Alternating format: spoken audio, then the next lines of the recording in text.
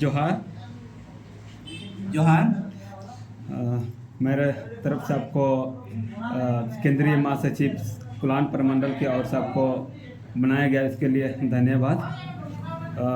अभी जो झारखंड में विधानसभा और भारत में लोकसभा का चुनाव होने को है, तो आपके ओर से और क्या क्या रणनीति अभी क्या क्या रणनीति बनाया जा रहा है? पहली बात तो ये है कि ये भी केसेस हमेशा 24 आवर जो है किसी भी विषम परिस्थिति पर लड़ने को तैयार है। रही बात लोकसभा विधानसभा चुनाव की रणनीति को, ये युवाओं का एक नया फौज तैयार हो चुका है और ये एक नए सोच नए विचार लेकर के आ रहे हैं नए रणनीति के साथ। माफ कीजिएगा, ये रणनीति हमारे जेबीकेएसएस अपने टीम के अंदर में क्या कुछ तैयारी की है वो सबके सामने बोलना उचित नहीं है, क्योंकि रणनीति ही एक ऐसा चीज है जो परिवर्तन का जो हमें उम्मीद है और हम भारतवासी के साथ साथ देशवासियों को जो एक उम्मीदें लगी है जेबीकेएसएस के प्रति, वो अगर उजागर होगी तो धीरे धीरे हमको लगता है वो विफल होने का पूरी चांसेस रहेंगे। लोग इसे अटैक करेंगे, इसलिए फिलहाल वो हम लोग स्टेटमेंट के जरिए एक मीडिया के जरिए उस चीज को हम लोग उजागर नहीं करेंगे। वो चीज हम लोग एक काम के तौर पर उस चीज को सिद्ध करने का प्रयास जेबीकेएसएस करेंगे। अच्छा, अभी हाल ही में 19 जनवरी को केंद्रीय अध्यक्ष टाइगर जयराम की ओर से विस्तार किया गया है, उसमें आपका भी नाम आया हुआ है। कुलान प्रमंडल से आप लोग 4 आदमी का नाम आया हुआ है और इसमें देखा कि कई सारे मैंने सभी समुदाय का लोगों का नाम है, जैसे आदिवासी समुदाय से भी है और सभी समुदाय के लोगों को जोड़ा गया है। तो अभी जो अभी हो रहा है कि कई लोग बोलते हैं कि ये एक विशेष मातो समुदाय का ही पार्टी है बोल करके बोलते हैं, तो अब इस पे आप क्या बोलना चाहोगे? देखिए, जेबीकेएसएस युवाओं का फौज है, अभी जैसा हमने कहा, और इस फौज से लड़ने के लिए राष्ट्रीय स्तर के किसी भी दल, हम क्षेत्रीय स्तर का बात नहीं कर रहे, राष्ट्रीय स्तर का किसी भी दल जेबीकेएसएस का टक्कर नहीं दे पा रहे। अब अगर जेबीकेएसएस के साथ अगर टक्कर देते तो सामने आकर के वो अपना आंख से आंख मिला करके सवाल जवाब करते, डिबेट करते। अब इतना मजबूरी, इतना कायरता का परिचय देते हुए उन्होंने जेबीकेएसएस को अटैक करने के लिए साजिश रचना पड़ रहा है। अभी जैसे आपने कहा कि ये एक महज कुर्मियों की पार्टी है, कुर्मी जाति का पार्टी है, एक वर्ग विशेष की पार्टी, ये सब साजिश है। इसलिए साजिश है कि इन लोग सच के साथ खड़ा है और झारखंड वासी, झारखंडी इतना बढ़ चढ़ करके निस्वार्थ भाव से कदम मिला करके, कंधा से कंधा मिला करके जेबीकेएसएस का दामन थाम रहे हैं, इससे बाकी दलों का अब रहा नहीं जा रहा। इसीलिए एक वर्ग विशेष का, जाति विशेष का ठप्पा लगाया जा रहा है ताकि लोग इसे जुड़ ना सके। अब मैं आपको बता देना चाहूंगा, सच को जितना भी कोशिश कीजिए आप उसको दबा नहीं सकते हैं। और हम बात कर रहे हैं जेबीकेएसएस जब कमेटी का विस्तार हुआ है, जेबीकेएसएस कमेटी का विस्तार होने से पहले हमने 6-8 महीना सरकार को समय दिया कि आप काम करिए झारखंड हित में। अंततः नहीं किया, इसके वजह ही हम सबको कमेटी का विस्तार करना पड़ा। ये शौक नहीं, मजबूरी हम लोगों का। अब देखिए, रही बात जातीयता, राज्य में जातीयता समीकरण को बहुत बारीकी से ध्यान में रखा गया।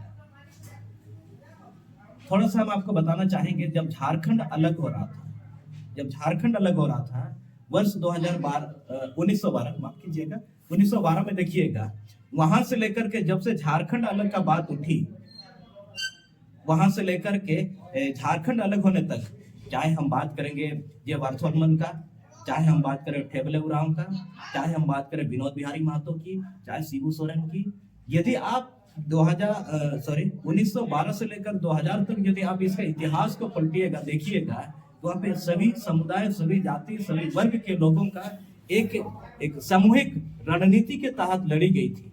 इसीलिए झारखंड अलग हुआ।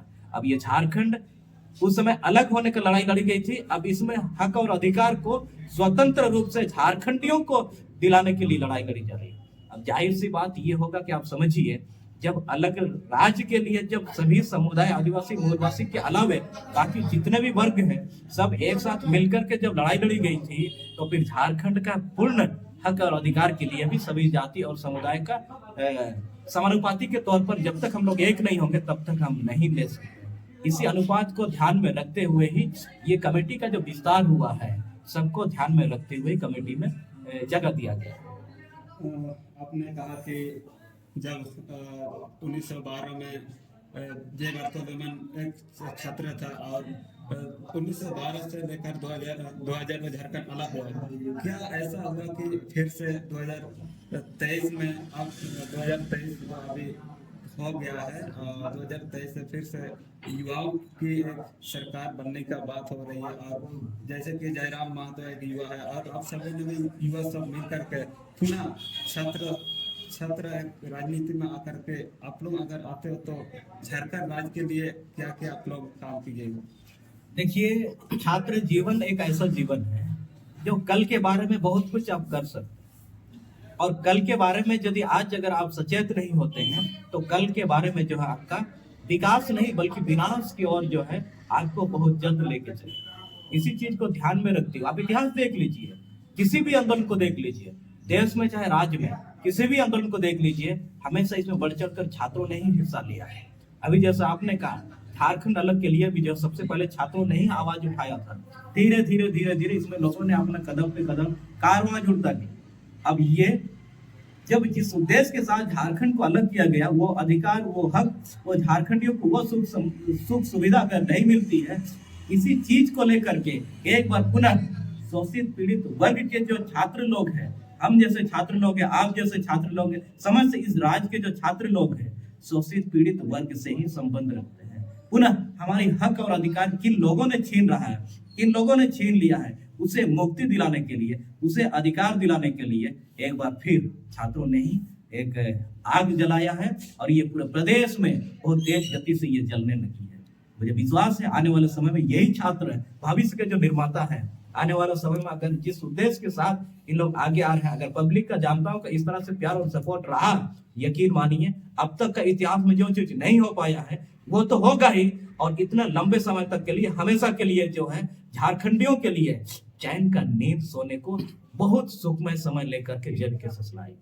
अच्छा, अभी झारखंड में ज्यादातर धर्म और जाति के नाम से ज्यादातर राजनीति होती है। अभी हाल ही में अगर देखा जाए तो आदिवासी जो समुदाय है उनको कहीं ना कहीं धर्म के नाम से बंटवारा किया जाता है, तो इस पर अब जाति और धर्म के नाम से इस पर आप क्या कहेंगे? देखिए, कोशिशें जो है हर तरह से किया जाता है और करते रहेंगे, और ये छात्र आंदोलन इस चीज को सिद्ध करने के लिए तत्पर है कि देश को यदि विकास की गति पे लेके जाना हो, आपको आस्था में जितना कर रहे हैं उससे कई गुना ज्यादा आपको अस्तित्व पर ध्यान देनी होगी, आपकी अस्मिता पर ध्यान देनी होगी। इसी चीज को लेकर के जेबीकेएसएस धर्म विशेष पे नहीं करेगी, वर्ग विशेष पे नहीं करेगी, ये नीति नियम और सिद्धांतों को लेकर के जन जन तक जाएगी, जन जनों को सुख सुविधा दिलाने का हमेशा प्रयास रहेगा। अभी आप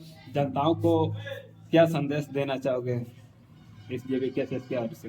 देखिए, हम एक ही बात बोलेंगे कि आज हमारा इस देश के लिए बहुत महान एक महत्वपूर्ण दिन है, दिवस है। आज के दिन पे हम सबों को अपने अधीन में रहने का एक